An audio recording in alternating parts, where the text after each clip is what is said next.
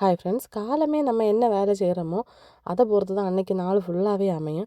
So காலமே ஏதாவது நல்ல விஷயம் பண்ணணும்னு சொல்லிட்டு செடி நடத்துக்கு போயாச்சு. ஸோ 2 செடி எடுத்து 2 தொட்டி இருந்து ஃப்ரீயாக ஸோ அதில் நட்டு வச்சாச்சு. வெளியே விளையாடிட்டு நிற்கேன் அப்படின்னு சொல்லிட்டு அம்மா உடனே விழிச்சாச்சு, ஓடிவா கிச்சனில் அப்படின்னு. ஸோ அச்சுக்கும் கிச்சுக்கும் பிடிச்ச சாதனம் பூரி தான்.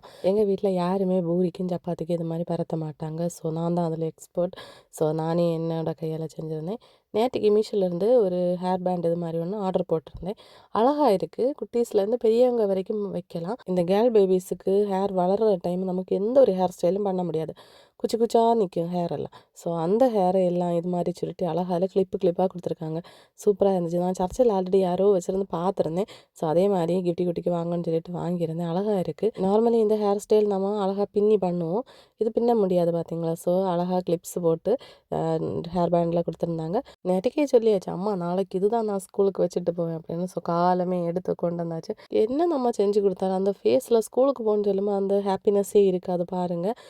உருன்னு தான் போகிறாங்க. ஒரு 3 months முன்னாடி ஜெர்மனிலேருந்து ஒரு ஆர்டர் கிடச்சது ஸ்டிச் பண்ணி கொடுக்குறதுக்கு. ஸோ நம்ம என்னை பாடாப்படுத்தி இந்த ப்ளவுஸை காசும் தராமல் வாங்கவும் செய்யாமல் நான் பட்ட கஷ்டம் இருக்கே.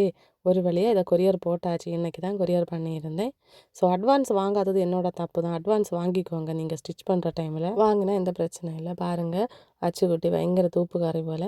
என் தங்கச்சி வீட்டில் போய் தான் இந்த அட்டகாசம் எல்லாம் நடத்துனது. தங்கச்சி பையன் தூக்குறதுக்காக ஒரு குட்டி துறப்பு வச்சுருக்காங்க. ஸோ அதை எடுத்து வச்சு ஒரே ரகலையாக இருந்துச்சு. ஈவினிங் ஸ்டிச் பண்ணுறதுக்கு எடுத்தாச்சு. டெய்லி ஒரு ப்ளவுஸ் கண்டிப்பாக ஸ்டிச் பண்ணணும் அப்படின்னு நினச்சிருந்தேன். கொஞ்ச நாள் ஸ்டிச் பண்ணாமல் இருந்துட்டு இப்போ எல்லாம் நிறையெல்லாம் ஸ்டிச் பண்ண முடியாது. ஸோ டெய்லி ஒரு ப்ளவுஸ், நேற்றுக்கு ஒரு ப்ளவுஸ், முந்தா நாளைக்கு ஒரு ப்ளவுஸ், இன்றைக்கி ஒரு ப்ளவுஸ் முடிச்சிருக்கேன். இனி நாளைக்கும் ஒரு ப்ளவுஸ் கண்டிப்பாக முடிச்சிருவேன். ஸோ நம்ம லைஃப்பில் நம்ம என்ன சாதிக்கணும், என்ன பண்ணணும் அப்படிங்கிறத நம்ம தான் தீர்மானிக்கணும்.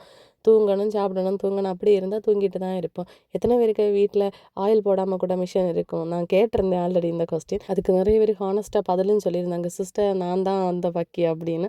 எல்லார் வீட்லேயும் ஒரு ஓட்டை அடிக்கிறதுக்காக ஒரு மிஷின் இருக்குன்னா அதை எடுத்து ஏதாவது தச்சு பாருங்கள். ஒரு யூடியூப்லலாம் நிறைய வீடியோஸ் இருக்குது. பார்த்து ஏதாவது உங்களுக்கு பிடிச்ச மாதிரி ஒரு மாடலில் ஸ்டிச் பண்ணி கொடுங்க உங்கள் பிள்ளைங்களுக்கு. அது மாதிரி ஒரு ஹாப்பினஸ் கிடையவே செய்யாது. அதுவும் ஒரு வகையில் ஒரு சேவிங் தான். நம்ம துணியை நம்ம ஸ்டிச் பண்ணுறப்போ நம்ம வெளியே கொடுக்குற காசு மிச்சம் தானே. ஸோ அதுக்கு வேறு ஏதாவது ஒரு பொருள் வாங்கலாம். ஸோ எல்லாமே முடித்து நானே கொண்டு கொடுத்துருந்தேன். இந்த ப்ளவுஸில் வேறு ஒரு ஒர்க்கும் இல்லை. இந்த ஒரு சின்ன ஒரு டிசைன் மட்டும்தான் உண்டு. கிஃப்ட் ஊட்டிக்கு நாளையிலேருந்து எக்ஸாம் ஸ்டார்ட் ஆகுது. ஸோ நான் தான் சொல்லி கொடுத்துருந்தேன். இந்த மாதமே லீவ் விட்டுருவாங்க. அதை நினைக்கும் போது தான் பீதியாக இருக்குது. ஏன்னா 2 பேரும் எப்போவுமே சண்டை. அச்சுக்குட்டி தான் இருக்கவே விட மாட்டாங்க. நேற்றுக்கு நான் போட்ட டிசைன் நிறைய பேருக்கு பிடிச்சிருந்தேன். லாங் வீடியோ நான் போஸ்ட் பண்ணியிருக்கேன். கீழே நான் டேக் பண்ணுறேன், தேவைன்னா பார்த்துக்கோங்க. இல்லை இதே ஒர்க்கு நான் ஆரி ஒர்க்கில் தான் பண்ணுவேன்னு வச்சிங்கன்னா எங்களோட ஆன்லைன் ஆரி கிளாஸில் ஜாயின் பண்ணிக்கோங்க. 499 ரூபாய்க்கு சொல்லி கொடுத்துட்ருக்கோம். வீடியோ இஷ்டப்பட்டால் லைக் செய்ய மறக்கிறது. தேங்க்யூ.